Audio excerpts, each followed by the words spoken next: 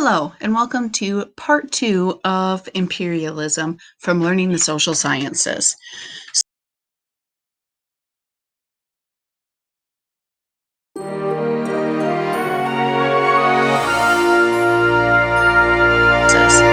So, with new imperialism, we talked about in the last lecture about the five main reasons for imperialism, and we're now going to be jumping in to seeing those actual five reasons come to light. So, when the Industrial Revolution hit Europe, the new technology, communication, science, transportation, and industry gave Europe an advantage when seeking new colonies. It also pushed nations to seek out more raw materials and new markets. So, for example, when Europe showed up in Africa or Portugal showed up in Africa in the 1500s, there wasn't a huge technological difference. But now with the Industrial Revolution, there is definitely a technological difference. So, in terms of contradictions when looking at this, many of the areas claimed by Europeans and Americans, however, were not profitable sources of raw materials or wealthy enough to actually be good markets. So the new colonies also showed power by kilometer. How much land did your nation own? It was bragging rights. It's part of nationalism and that nationalist movement, and it's just power. So the economic justifications for imperialism cannot be separated from the intensely nationalistic ones. So, nationalism, what is it? Nationalism is a common bond shared by a group of people who strongly feel attached to a particular land or who possess a common language, history, and culture marked by shared achievements and sufferings. So, if we're thinking about nationalist groups in Europe for this time period, we have the English, we have the French, the Spanish, the Portuguese, the Germans as a new entity in Europe as of 1871. The Italians also as a new entity in terms of a country, but in terms of a nation, they've shared this common bond for a lot longer. So nationalists contend that one's highest loyalty should be given to one's nation. They exhibit great pride in their people's culture and history and often feel that their nation had been chosen or is simply better than others. So, with new imperialism, we are going to have this mix of nationalism come into it. Politicians and leaders hoped that possessions of colonies would unite people, differing social groups, and political groups with pride in national power. This was important to newly unified countries such as Germany and Italy, which I've already mentioned. And nationalism leads to imperialism. Another thing that is going to greatly influence imperialism and how the Europeans look at the places that they are in control of under new imperialism is social Darwinism. Social Darwinism was a theory that stated individuals, groups, and peoples were subject to the same Darwinian laws of natural selection as plants and animals. The theory of evolution justified the exploitation of lesser breeds by superior races. And you see that in the book The Descent of Man, written by Darwin in 1871, where he applied evolution to the social order or to people. And Europeans and Americans eventually, and also the Japanese, would repeatedly suggest that they had evolved more than Africans, or for like the Japanese, more so than the Chinese, and that hence nature itself gave them the right to rule others. So Herbert Spencer is the main person who's going to be pushing this. Spencer coined the phrase survival of the fittest to describe the outcome of competition between social groups. Social Darwinists were blatant racists. We can't just get away from that. They're blatant racists. We'll say it as is. They applied evolution to social order. Ideas of racial superiority associated with social Darwinism gave Europeans the conviction that natural laws destined them to lead the civilizing mission of the world. No, they're just blatant racists. So it's going to have lasting implications.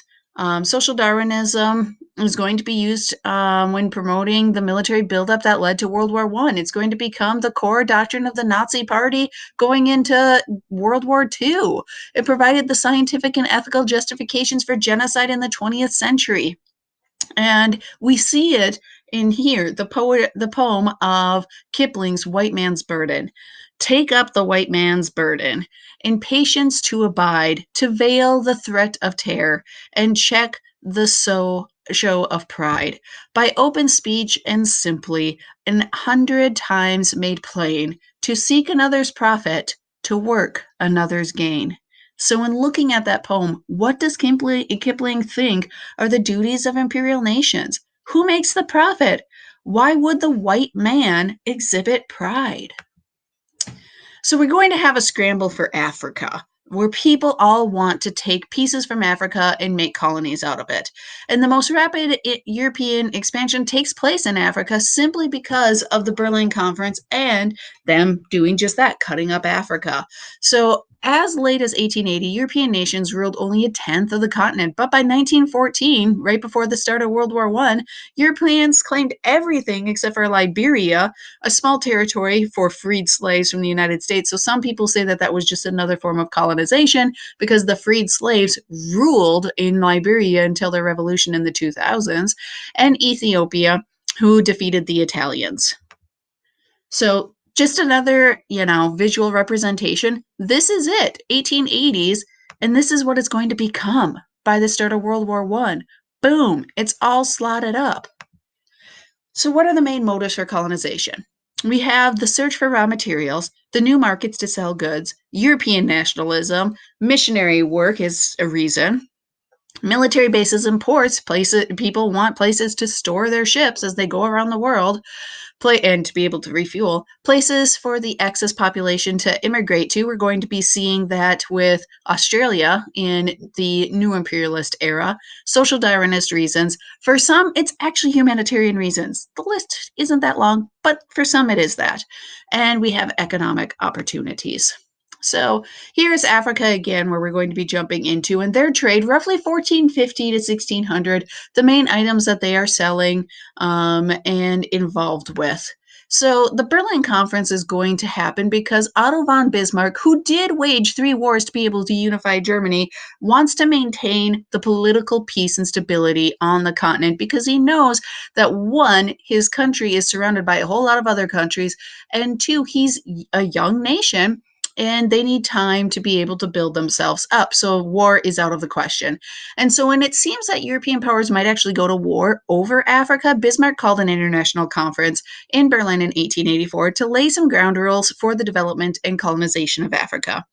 They made the Congo a free trade zone under the help of Belgium's King Leopold. That's going to turn out to be horrible. We'll get there. He outlawed slavery, or they outlawed slavery and the slave trade that the Arabs and Africans were still practicing. Notice how the Arabs and Africans are not at the Berlin Conference, but they are telling them what to do.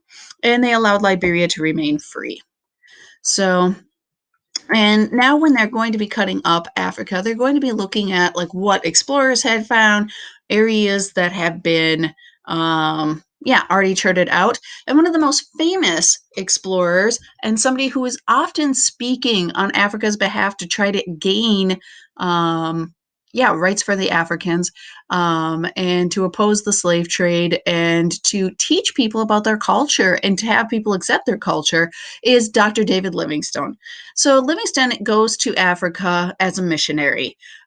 He was wanting to go to China, but he ended up in Africa due to the political instability over there.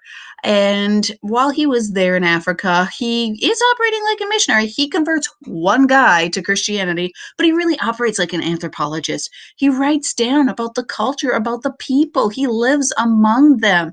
He does everything to really bring out what is Africa to the Europeans. And at one point, people thought he was dead because he just hadn't had contact with Europe in so long. So they sent an actual American to go find him, Sir Henry Stanley, who tracked him and in his writing said, Dr. Livingstone, I presume. Stanley, though, is going to go on a very different route because he's going to be tied up in King Leopold's Congo. So we'll be getting there also. But Livingstone tried all he could to try to promote Africa in good light into Europe. So, jumping from north to south. In Egypt, Egypt sold cotton as a cash crop on the international market. And now Europe, France or Britain primarily, came in and helped to finance the Suez Canal, having Egypt take out foreign loans to be able to do it. So the Red Sea comes up very close to the Mediterranean Sea, but not all the way. And so, as you can see from this picture, they dug this canal out so that boats could now simply cut through this canal and not have to go all the way around Africa. Now, for these loans, they became too burdensome to Egypt, and the government went bankrupt and was overthrown by the army in 1881. This was already foreseen by the British, and the British comes in, they defeated the army and installed administrators to ensure repayments of the loans for the Suez Canal and access to the path to India, and they take over the running of the canal, which is going to be going on for quite some time, and we'll be talking about that when we get to the 20th century. So this is just a picture of the opening of the canal and people coming out to see it. So moving on down, or right now, west, for West Africa, in the early 1800s, Usman Dan Fodio denounced the corruption of Hausa rulers, and rose up against European rulers because they were all collaborating with each other. They then set up a nation in northern Nigeria and ruled themselves. Literacy rates increased, local warfare decreased, and trade improved. And as generations grew up, they should have had this nice nation develop. However, again, the new rulers looked to European rulers to help rid them of their neighbors, the Asante. And again, they got all tied up into that, the thing that their previous leaders had made sure to get away from. So, in due time, France controlled much of sub Saharan Africa. We're just going to fast forward here. The British had four West African colonies, which you can see also on the map on the side. So, Germany in Africa.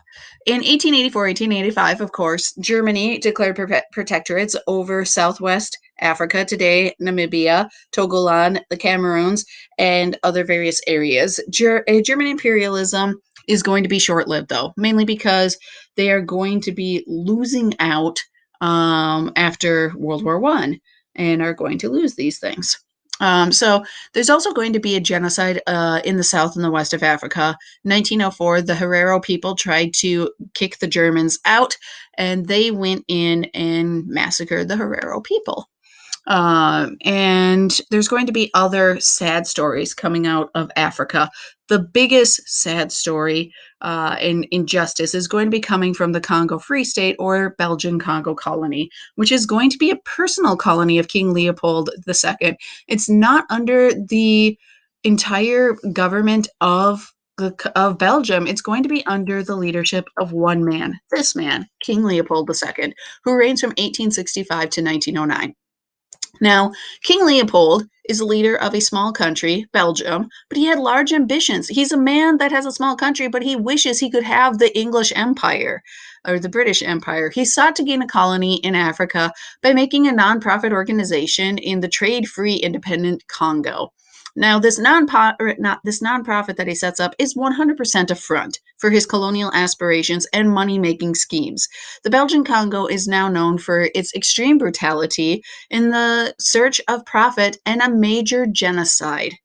Major genocide. What is the major genocide about? It's about harvesting rubber for a king. So, rubber is now going to be booming as part of the second industrial revolution, and people want it for obviously tires, for other things, and yeah, you can make a lot of money off of rubber. So Brazil is planting rubber trees. Other places in Southeast Asia are planting rubber trees. But the Congo has natural rubber trees around. And King Leopold II sees this gold, this black gold rubber, and he wants it to be harvested. He sends Stanley there to go and kind of look things out and help set up things. Yes, Stanley, the same man that went and found Dr. Livingstone. And they are going to be setting up the operation. And the operation is going to be absolutely horrible. Stanley's going to be walking away from it, and we're going to have other people coming into it.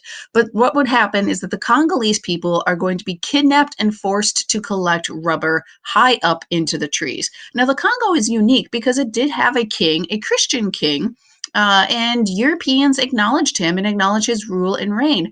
But what's going to happen is Belgium is going to take the two princes and say, come on up to Belgium for a conference, except for instead of going up to Belgium, they are going to be brought and sold into slavery in Brazil, never to be heard from again, thus ending the Congolese king's line. And so, trickery from the start. But the Congolese would be kidnapped, forced to collect rubber high up into the trees, and they had to make sure that they did not ruin the trees at all. So it's a laborious product or project to go and cut like strips into the branch, have the rubber pour out, and then climb down the tree, making sure you don't fall while you're doing this and while you're hanging there. And it's quite arduous. And if you would cut off the limb or the branch of a tree to try to get the rubber, you're probably going to be killed. Now, their families would also be kidnapped and held as prisoners until the individual harvester would come back, and they would see if they harvested enough rubber for that day. If they didn't, then that person would usually watch their family members get punished for them. Nobody wants to see their child or their wife get beaten or harmed, or having like their hand cut off or killed because they are not harvesting enough rubber.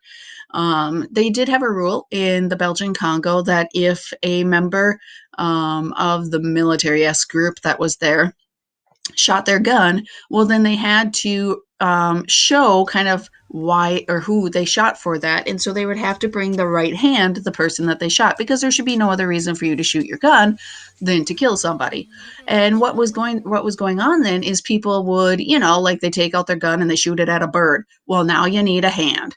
And so they would go and they would take the hands of children or of people and cut them off and go and show that as representation. Also, it becomes a form of punishment over the time. So all the profits harvested in the Belgian Congo go straight to King Leopold, not to even the actual country itself. So around 5 to 10 million people are going to be killed. Most estimates say it is between 9 and 10 million. Anyway, a quote from a Belgian official: "It is blood curdling to see them, the soldiers, returning with the hands of the slain, and to find the hands of young children amongst the bigger ones, evidencing their bravery. The rubber from this district has cost hundreds of lives, and the scenes I have witnessed, while unable to help the oppressed, have been almost enough to make me wish I were dead. This rubber traffic is steeped in blood, and if the natives were to rise and sweep every white person on the upper Congo into eternity, there would still be left a fearful balance to their credit." And as you can see, this is a very famous picture from the time of the Belgian Congo genocide, where a man is looking at a hand and a foot of his child. So going now to the far south, southern Africa. So the Dutch arrived in southern Africa in 1652 and set up a colony. This was a settler colony, but the Dutch government did not back them, and they are known as Voortrekkers and eventually known as Boers. They stayed in southern Africa until the British set up a colony in the south. When they could not defeat them, they moved north, an event known now as the Great Trek. When the Dutch moved north, they started to fight against the Zulu people for the land. So Shaka Zulu, or Shaka of the Zulu people, to be more correct, helped to unify the Ngundi people. He had been called a military genius for his reforms and innovations, but also condemned for his brutality of his reign, and some people saying that maybe he went off his rocker. I'm not there to judge because I wasn't there. While unifying his area militarily, Shaka started a mass migration in the area as some groups were driven from their homeland and traveled north, fighting other groups for land. Matters grew worse than when the Boer or the Dutch showed up, as they were escaping from the British, and so the Dutch guns appeared to be too strong for the Zulu spears. And again, when the British show up, the British guns are going to be too strong for the Zulu spears. Even when the Zulu fight the British, there is going to be a teaching spread around that if they believed hard enough, that the bullets would not penetrate them and they could defeat the British. But that turned out to be false. So the Boers and the British are going to definitely be fighting. The British took over Cape Colony in 1814, setting off the Great Trek. When diamonds were then discovered where the Boers had settled, the British are like, ooh, we're going to move farther up north. So the Boer Wars lasted from 1899 to 1902, and it is bitter guerrilla war fighting. But what the British started to do is when the men were out, the Boer men were out fighting, they would go and kidnap the women and children of these Boer fighters and put them in concentration camps so that the Boer fighters would give up so that they could get their family members back. And the scenes in these camps were horrible, and women and children were dying in these camps. And so in the end, then the British are going to be victorious. So the Southern Africa fight is mainly because there's a lot of materials there. There is coal, iron ore, gold, diamonds, copper.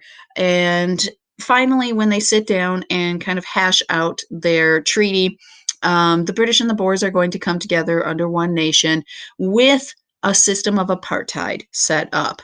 Apartheid means separateness, and it is the policy that segregated all non whites and granted virtually no civil rights to these non whites in South Africa. And the apartheid system, we're going to go more detail in the future, is going to last until the 1990s. There's the diamonds and the diamond mines. So, jumping quickly into British India, Mughal India, we talked about them a few units ago.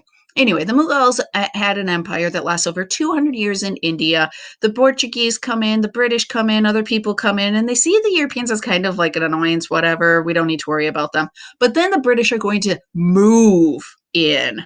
And they're going to, during the 7 Years' War, fight against the French and kick them out of India and kind of start taking their own control there. And they hired Indian troops known as Sepoys to defend the areas that they are in control of. By the early 1800s, the British East India Company had pushed the French out of southern India, forced the Mughal Empire to recognize the company's rule over Bengal, and took control of large territories that became the core of what would be called the Bombay Presidency. Britain used military force to then subdue local independent rulers in India. And we have this individual, Sir Robert Clive, who fought for the British East India Company and the British Crown in 1757 against the French and the Indian forces that then allied themselves with the French, and he had a key victory at the Battle of Plassey and solidified the British power in South Asia. So the British East India Company, their main ambition was to simply make money, but the company was helping to improve roads and bring about a sense of peace, and so things are not really bad in the beginning years. And a lot of agents, a lot of people working for the British East India Company were getting involved in the culture and customs of India.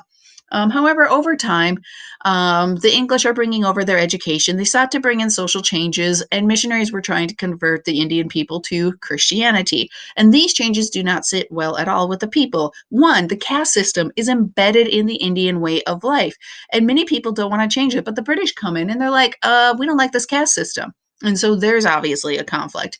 The British also desired to end a practice called sati. And it is a Hindu practice where a widow would join her husband in death by throwing herself on a funeral pyre while his body is burning. She would go and jump up or jump on it and burn herself alive. And so the British obviously don't like that and are trying to end that practice. Anyway, the major issue is going to come with the Sepoy Mutiny. The British Army and Indian troops are going to have a revolt break out. So what's going on are the Sepoy troops, these Indian troops, are receiving new rifles in 1857 and new cartridges. And now these cartridges have a layer of fat on them, and they're just told, to open up these cartridges, use your mouth, rip it open, and obviously reload and fight. Now, it was animal fat for a little bit of time, and the Sepoys asked, what kind of animal fat is this? Now, they found out, actually, the British found out really early that it wasn't practical to have animal fat on these cartridges in the heat of India, and they actually switched over to a plant-based, if I remember right, linseed oil covering on it. And so they could have actually said, no, it's plant-based, but they don't really respond. And the Hindus thought that maybe it was a cow-based fat, and the Muslims were worried that it was going to be a pork-based fat, pig-based fat, and both of them see it as something as the British, again, going against their customs, cultures, and even maybe even trying to convert them to their own religion, the British religion of Christianity. And so the peasants and the elites are going to join in with the Sepoys in their huge rebellion against the British. And their fighting is mainly happening in the central and northern territories of India. Some went to Delhi to go to the Mughal leadership there and the old emperor and say that they are following him again. But eventually, the British are going to come in and defeat the Indian sepoys and end the mutiny. The fighting is going to be horrible for civilians on both sides. Sepoys killed British men, women, and children, and then the British took their revenge on various Indian villages, torching them or killing unarmed men or assuming that they had fought too. And it is just a horrible, horrible thing. However, after this, the rule of the East India Company is no more. The prime minister at the time, Disraeli, pushed for Queen Victoria to become the empress, which she does, and she is crowned Empress of India in 1877. The upper caste then learned English. Christianity spreads throughout the area. However, Hinduism and Islam are still going to be remaining the two most known religions for India, and the British are going to build railroads and canals and other things. India becomes the main source of cotton for English textile mills, and so this is going to be a reason for why the British do not assist the South, the American South, during the American Civil War, because they had enough cotton from India. They don't need to get involved because of economic reasons with the Americans. And so the finished goods from this continent are going to be resold in India, and the local population was discouraged from making their own cloths. And India had been known for centuries for making beautiful cloth. People would travel there just for their cloth and their designs, and now they're told not to make it. So this is going to be an insult. Here's one of the British built railroads going through India. And of course, India is also going to now experience a lot of British buildings going up, British style buildings. You even have some whole towns, villages, and small cities constructed to look like areas within within England. So here's Queen Victoria in India. And so, going over all the British here in India, yes, they have improvements: hospitals, transportation, communication, roads, canals, education, safety, laws, and improved status for women. But they're also ruining the freedom of the Indian people, self determination, their social system, their habits, their customs. Increased racism is going to be seen, economic exploitation, and a whole other long list that the British kind of ruin in India. So, this is the end of the part 2 lecture. Coming up next is Imperialism in Asia. Thank you so much for listening. Bye-bye.